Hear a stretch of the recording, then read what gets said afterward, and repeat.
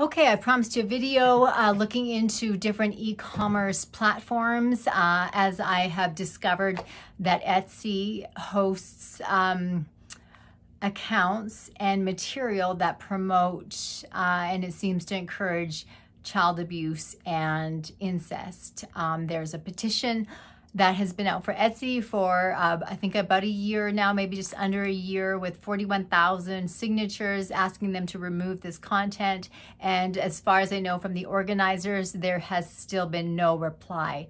I have tagged Etsy on every single one of my Instagram posts, and I've also emailed them twice, including to the owner of the Etsy platform, with no reply. So that has driven me like a mad woman. No, just kidding. But that has really pushed me to look for another platform to move to. So I'm going to give you what I found. I know some of you maybe have an Etsy store or are thinking about an e-commerce platform. I just want to say, I feel like I need to do a disclaimer first. I don't feel really qualified to analyze these companies. I'm not doing it as a technology guru or even an expert in the field of sexual exploitation. I'm doing it as a small business owner, as a mom, and as a concerned consumer, as well as somebody with an Etsy store, because it was a very easy platform to start on. Obviously too easy for too many people with not enough strict guidelines. If you're wondering what I discovered, I'll include a little bit here. Okay, so here I am on Etsy and I just searched wrapping paper. I'm scrolling down and I see this. Are you kidding me? Are you kidding me, Etsy? Really? This is okay with you? So I'm going to report this. So I'm going to show you how I do it. Normally when I report something, I click on it and I have to hide the pictures because I don't want to see it. Remember, you can't unsee something. So you're going to scroll all the way down. Unfortunately, you have to go through all the garbage. So way at the bottom is the reporting thing. Look at that. Way at the bottom, really, really tiny. Report this item on it. Okay, to report an actual account, you have to go onto their page, unfortunately, and scroll down a bit. So unfortunately you're going to see all their garbage. But really, like, if Etsy wanted to, like, look at the reviews, these people should be reported to the police. Like this guy, look at that, on that wrapping paper, like he thinks that's going to make his Valentine's that much more special. Boy, is that ever concerning. Okay, so this is what happened. Then I emailed several companies, Wix, Squarespace, Linktree, Etsy, and Shopify, to ask them the exact same questions. And it was this: does your company have policies in place to ensure your platform is not being used to promote child sexual abuse of any kind? What systems are in place to monitor this? What does your company do if it becomes aware of clients using your platform with child sexual exploitation or abuse themes? And then I've asked for a detailed reply. So again, I'm just going to go through them as quickly as I can. So of course, there's a lot of fine print. A lot of it overall seems to be more concerned with copyright issues. And of course, like, you know, you guys, it's not on their radar. I understand that. But I think it's time to push some companies. It needs to be on their radar. You guys, listen to this alarming report and why it's so important. According to the New York Times, in 1998, there were 3,000 child abuse videos or photos on the internet. In 2018, tech companies have reported over 45 million child abuse photos or videos on the internet. That doubled from 2017 to 2018. We have a problem, and we need to address all the related issues. It's all interconnected. So we have to take a stand. Okay, this is Wix reply. First of all, I was doing the little chat thing with them, and he sent me a very, it was Brian, and maybe it was automated, I'm not sure, but it sent me a very generic reply. Wix is required to review and verify the information and the site content of anyone opening a Wix account.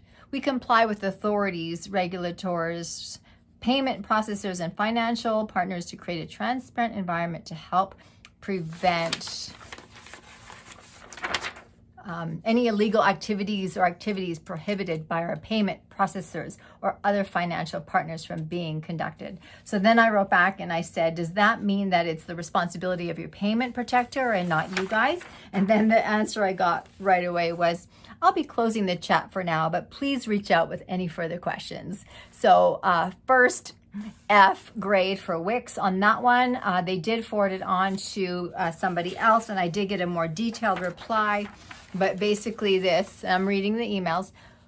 Wix is not responsible for site owners' activities or for any content they publish on their sites. We do not act as an investigatory or judicial body or otherwise take any part in disputes between our users or other third parties. Millions of sites are built on Wix every month, and we do everything in our power to prevent abuse. You can always report abuse if you face it on Wix sites. And then here it goes. Wix is required to review and verify the information in the site content. We comply with authorities, regulators, payment processors, financial partners to create a transparent environment to help prevent any illegal activities. On and on and on. So then of course they will detail the illegal activities. And so from what I got from Wix, it wasn't specific, but it just basically, so then I went to the list for prohibited products, and it says Wix payments may not be used in relation to any of the following. And number one is adult goods, excluding fetish products. And then the next line says fetish products. And then content, books, magazines, audio, videos, and yeah, okay, there it is. Streaming services and other content formats deemed offensive or of a sexual nature. Entertainment, gentlemen's clubs, topless bars, strip clubs, sexual oriented, blah, blah, blah, escort services. So they don't allow those businesses. So, while they seem to address it a little bit, I don't really agree that it's called adult material, because I'm an adult and I don't support sexual exploitation or abuse. So that was Wix. So they did not pass my test.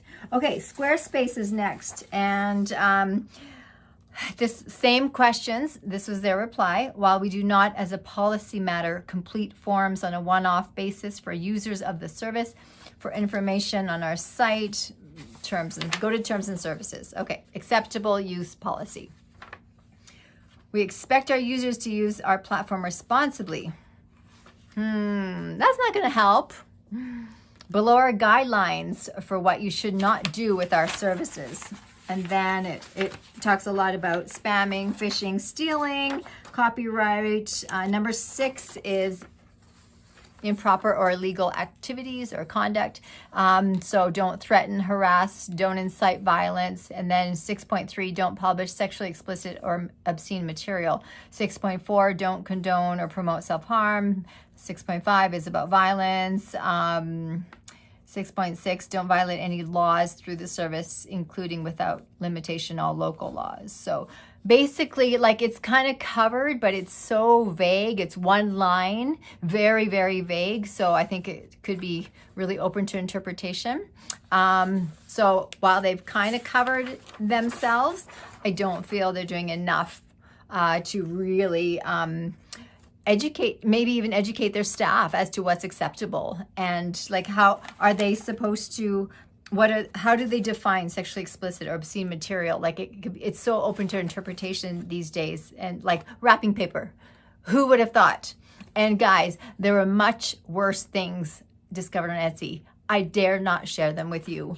But if you want to see them, you can go, well, not see them, but see the blurred images. Go to Collective Shout Out. They share quite bluntly, because they're so mad because they're fighting hard, and while they have blurred images, I can't look at that. Their Instagram, although I know what they're doing, they're showing, they're kind of going for shock value, but they're also showing how bad it is, while still trying to be PG, I don't know what, 14, 16. Okay, Linktree. Thanks for your interest in Linktree. We can point you to this article regarding the terms and conditions. All right. So again, number 6, you are responsible for the content, including legality, reliability, and appropriateness. So they really talk about content is yours. Really seem very concerned with copyright issues. 6B, the content will not or could not be responsibly considered to be obscene, inappropriate, defamatory, disparaging, indecent, seditious, offensive, threatening, abusive, liable to incite racial hatred, discriminatory, blasphemous, in breach of confidence or in breach of privacy. So that's what they're talking about in terms of content that's not acceptable. Another one here, content does not and is likely to bring us or the Linktree service into disrepute. In number 7 of acceptable use document, we're also committed to ensuring that the Linktree service is safe for all users and does not provide a platform for inappropriate content or user behavior. Where there is any genuine reasonable allegation from a third party, including law enforcement, we have the right to remove you, that kind of thing. So a little more information here. I just want to make sure I do due diligence with each one. And then here they talk about, no racism, no discrimination. And then in 7K, include any sexually explicit material, including pictures and language on your page itself or your account itself. So yeah, they've addressed it. Yeah. So, but just one line, like it's just, here's the thing, you guys. I mean, it's there. So far, they're all kind of there in generic terms. But it's the biggest question, the same with law. Laws are there too against illegal contact. The biggest question is enforcement, tracking and enforcement. What happens when people ignore those? What happens when they do it anyway? Is there tracking? Are there systems in place? I mean, I am amazed. Like one time on Etsy, I put a pair of earrings and it was a copyrighted pattern. I'm not sure if I used the name of the copyright pattern, but immediately blocked. It was like a $8 pair of faux leather earrings, immediately blocked.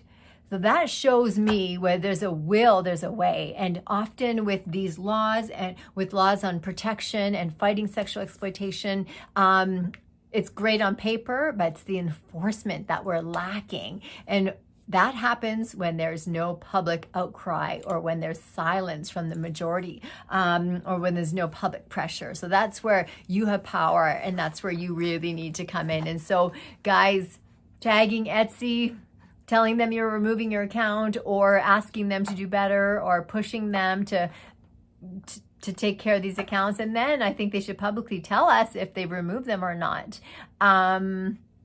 Those things speak loudly. Okay, the last one, and this is the one I've chosen.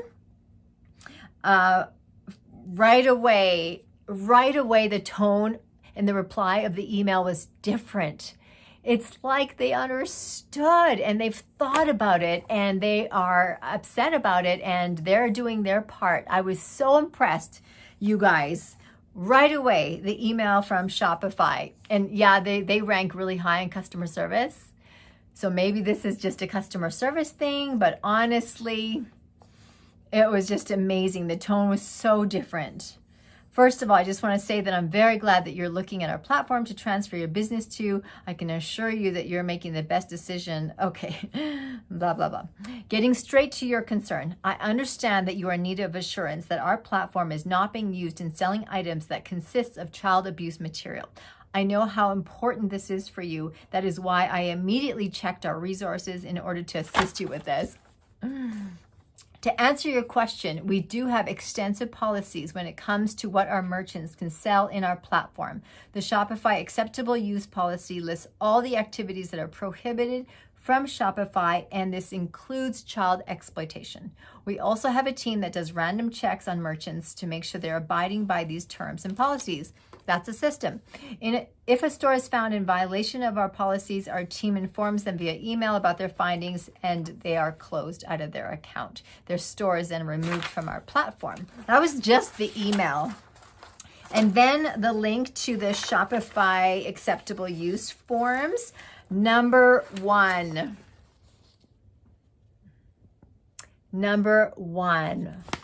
was child exploitation, you guys, above COVID and harassment and bullying. I was so amazed. So it says, while we believe the free and open exchange of ideas and products is a key tenet of commerce, there are some activities that are incompatible with Shopify's mission to make commerce better for everyone. These acceptable use policy, AUP, describes activities that are prohibited in connection with your use of the services. Again, so the following activities are prohibited. Number one is child exploitation. You may not offer goods or services or post or upload materials that exploit or abuse children, including but not limited to images or depictions of child abuse or sexual abuse, or that present children in a sexual manner. Oh, wow. Okay, so they thought about it. They're aware and they're doing their part. So like right away, yeah. I'm in Shopify. Let's go. The other thing which I thought was really cool about Shopify, I didn't see this anywhere else, is they have a new tipping feature. Merchants can enable tipping during checkout or customize the text to ask for donations for your business or favorite charity. So I'll be doing that. Lastly, the reply from Etsy. It wasn't no, sorry, it's not a reply. They've never replied. This is just their prohibited items policy. Listen to the tone. Listen to the difference from what you just heard. Policy decisions are complex. We consider many different and often divergent factors before coming to a decision about what is best for our community. Because we are a creative community, we err on the side of freedom of expression. We also tend to allow items that have educational, historical, or artistic value, but we know that even those items are subject to a variety of valid and sometimes conflicting interpretations and emotional responses. Yeah, you got that right. Okay. So the following are prohibited. So there's like alcohol, animal products, dangerous items, hate items, illegal items, and then like number 7 is pornography and mature content. So I went and looked at that. As a creative community, so this is under pornography and mature content. As a creative community, we tend to be fairly liberal about what we allow on Etsy, but we draw the line at pornography. Beyond that, we restrict mature content so that people who are offended by this kind of material don't have to see it. If you're selling mature content, we ask that you be respectful of differing sensibilities. Pornography of any sort is prohibited on Etsy, whereas mature content is restricted. Although pornography can be difficult to define, it is generally qualifies as pornography when it contains printed or visual material that explicitly describes or displays sex acts, sex organs, or other erotic behavior for the sole purpose of sexual arousal or stimulation. We define mature content containing printed or visual depictions of human genitalia, sexual activity or content, profane language, sexual wellness items, violent images within reason, and explicit types of representations of taxidermy. Okay. Not all nudity is considered mature, and there's examples of like historical documents.